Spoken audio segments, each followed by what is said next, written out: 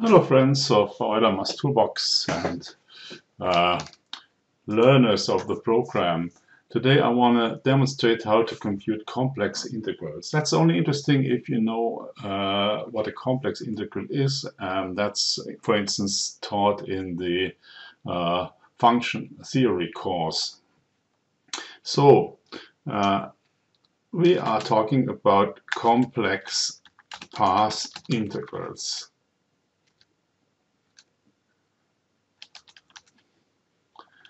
They are defined as follows. So the integral along gamma f of z dz equals the starting point and the end point of the interval where gamma is defined, f of gamma t times the derivative gamma prime of t. And I have to say Latesh here. So that's a complex path integral, and we wanted to compute that in Euler Toolbox numerically. So let's start with a path, and I'm using maxima definitions here. G of t is, let's take the unit circle x I times t, and a symbolic function, and function, the derivative of that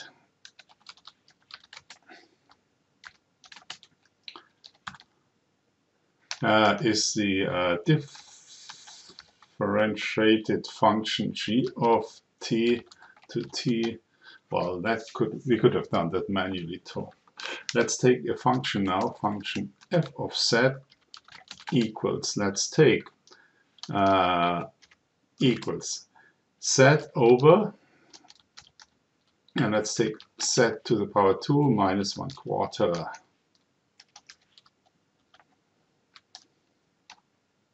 That one. It has a pole in 1/2 and minus 1/2, and it has a 0 in the point 0. And you can compute the integral, the path integral now, with the residuum method, but I want to do that numerically. So what we do is simply the following. Integrate, which is a numerical adaptive integration. And I'm taking an expression, which must be an expression in x all the time, and x is real, but f of g of x is not real, times dg of x. And we have to integrate it from 0 to 2 pi. And that looks like 2 pi I, which it should be. If you compute the residuum of that Residua of that function, you will see that it is indeed the correct value.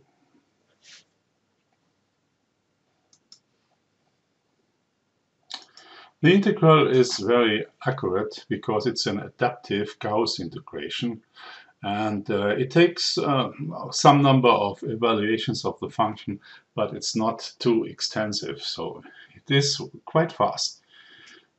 So there's another way of doing that by using a Riemann sum. What is a Riemann sum? So instead of, let me repeat that. Instead of the integration that we had above, we just take a sum, a Riemann sum, which is f at points zk along the path times the differences of the points. I think that's okay. Yep. Instead of the integral, we take this Riemann sum, and that's why the integral is notated like that. Fz dz just means the sum of f of zk, some points along the path. Dzk is the differences of the point. We can evaluate that, but we need the points first of all. So let's take a linear space set of points on the interval 0 to 2 pi, And let's take 10,000 points just to get a lot of accuracy. And z equals g of t, obviously. And we can plot now z, these points, as a line. And it is a unit circle, so it's no surprise it looks like that. That's just simply the unit circle. And we now take the sum of f of z times differences z, which forms the differences between the points of z. And that doesn't work because f of z has 10,001 points, whereas the differences are only 10,000 differences, obviously. So what we do is we say but last or something like that, which we just omit the last one and we get this value. And it looks close to 2 pi I, the value that we had above. So this confirms our computations. We can try to improve that, but I'm not sure if it's working. So instead of the but last, we take but first z plus but last f of z, of course. But last f of z half. So the medium value between the value f of zk and f of zk plus 1. And that's a lot more accurate. Yep, we should make that a function. So let's call that function rsum, and it is obviously of, well, the parameters. This is the function f, and the values set simply. And it's a numerical function, so it's a sum. That's just what I'm written with up here. So I can copy that and take Riemann sum of the function f above at the value set, and I get exactly that value. You see that the this trick, taking the average between successive values f of z, is much more accurate simply. Good.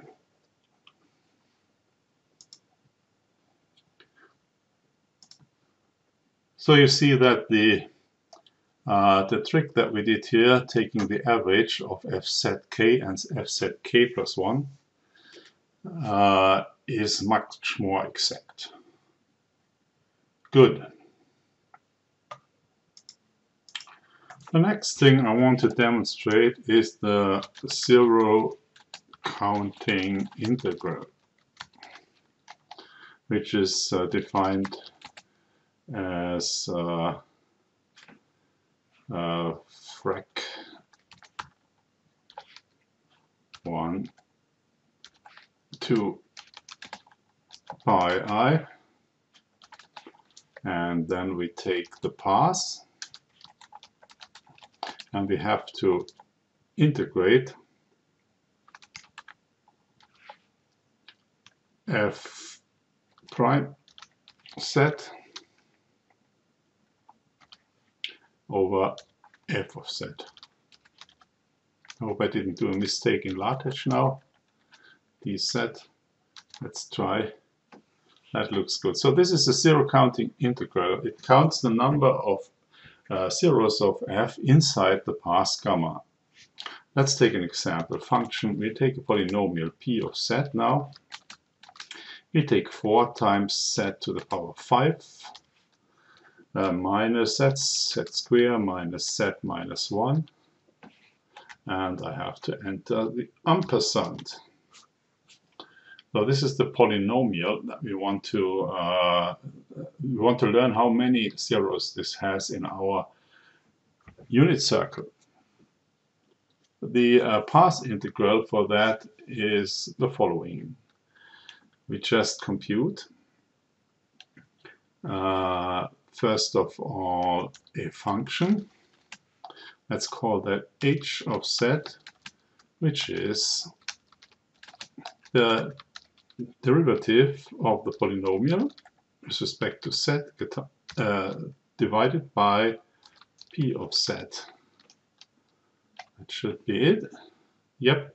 And then we take the Riemann sum again of our function h at the point z and divide that by 2 times pi times I. And we get a very exactly 5, which is in fact the number of zeros of p inside the unit circle. You can prove that by the lemma of Cauchy, which tells us that 4 times z to the power 5, that part has 5 zeros, and the other part is smaller in modulus than the 4 times z5, which has modulus 4 on the unit circle. And that's only 3, and so the lemma of Cauchy can be applied, and we get 5 zeros. Of course, we can also use the integration, the Gauss integration, which is also quite nice. And we can already take long here because the result will be very accurate. It's what times the g of x 0 to 2 pi. Yep. And we have to divide that by 2 times pi times I. And we get 5 very precisely.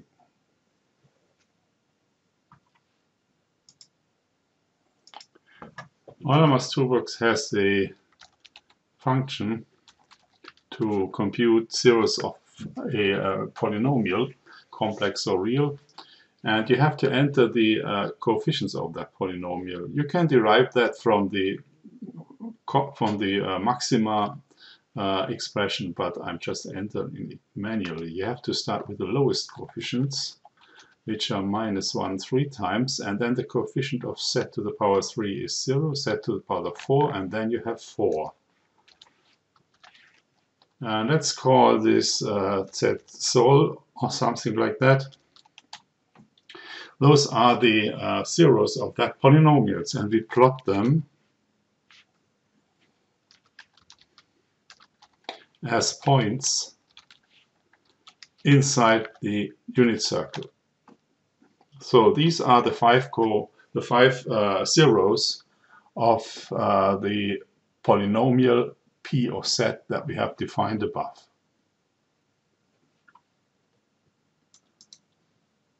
The zero counting polynomial is also called the argument principle, because if I take the values p of the unit circle, so I map the unit circle with the polynomial p, and let's plot that with a radius of 10.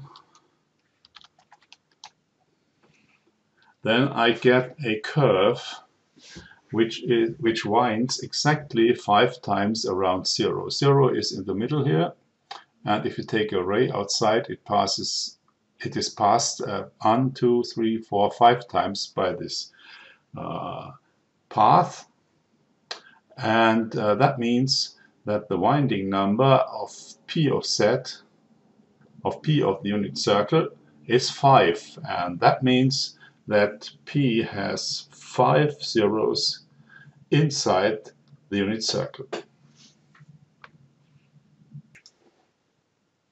For another example, we take the function f that we had above, that one, which has 2 poles and 1 zero inside the unit circle. So the zero counting integral should deliver -1, because each pole counts as -1, and we have 2 of them, and each zero +1, and we add up should be -1. Let's see if that works. So we have the function above, and we now have to define the function h of z again.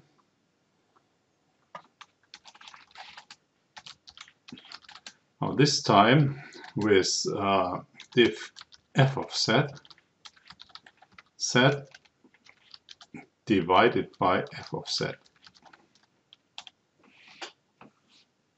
Well, you can always simplify that by saying factor or something like that. Factor is the most efficient one. Well, it looks like that. You can see the poles now and also the zeros, no problem at all. And we can see, and what we want to do is now is to define the zero counting integral. We just take that one.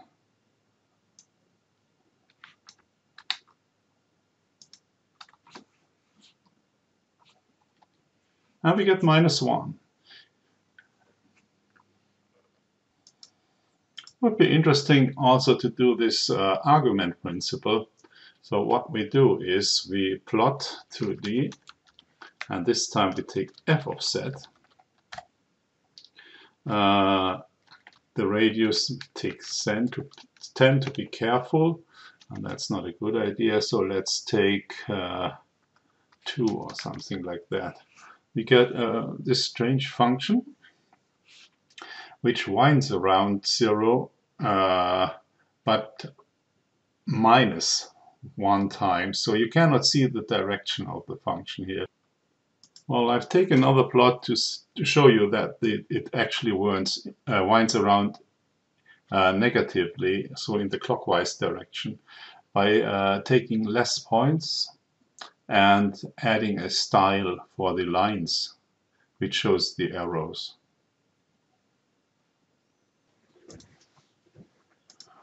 Since we are in function theory already, let's talk about Residua.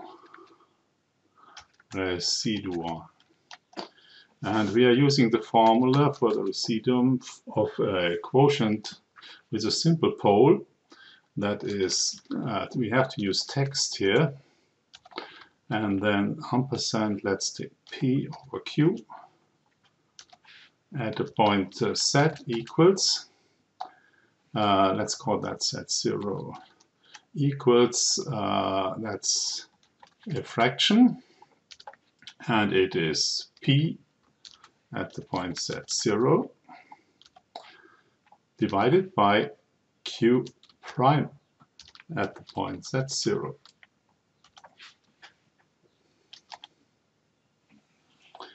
That's the formula for P over Q, for the residuum of P over Q, where P over Q has a simple pole in Z0. So to define the residuum computation, we need a purely symbolic function because we don't want to evaluate it now. P of Z is not known. Actually, we want to enter it later. So this is one way of doing it. There are several other ways, but let us do it that way. The function P of Z for our function that we had above was Z, and the Q of Z was Z squared minus 1/4. And f of Z was P over Q. Remember?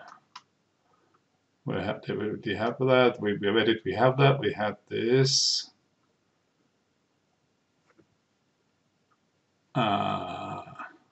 Here. P over Q. And the poles are at plus minus 1/2. And so the integral must be bracket and of course ampersand res PQ of PQ at 1/2 plus res PQ of PQ at minus 1/2. So this is the sum of the residua, and it has to be multiplied by 2 times pi times I. And we get this, the residua actually, this one is actually 1/2. Both of them. Sorry. 1/2. So the sum is 1 and 2 pi I, and that evaluates, if you want to evaluate that, simply use the previous equation, evaluate it in numerically in Euler, and put it in long fashion, and you get this. That's what we had for this integral, actually. So you can compute residua. It's not as easy and straightforward, but there are ways to do that. Thank you for watching this video, and bye-bye.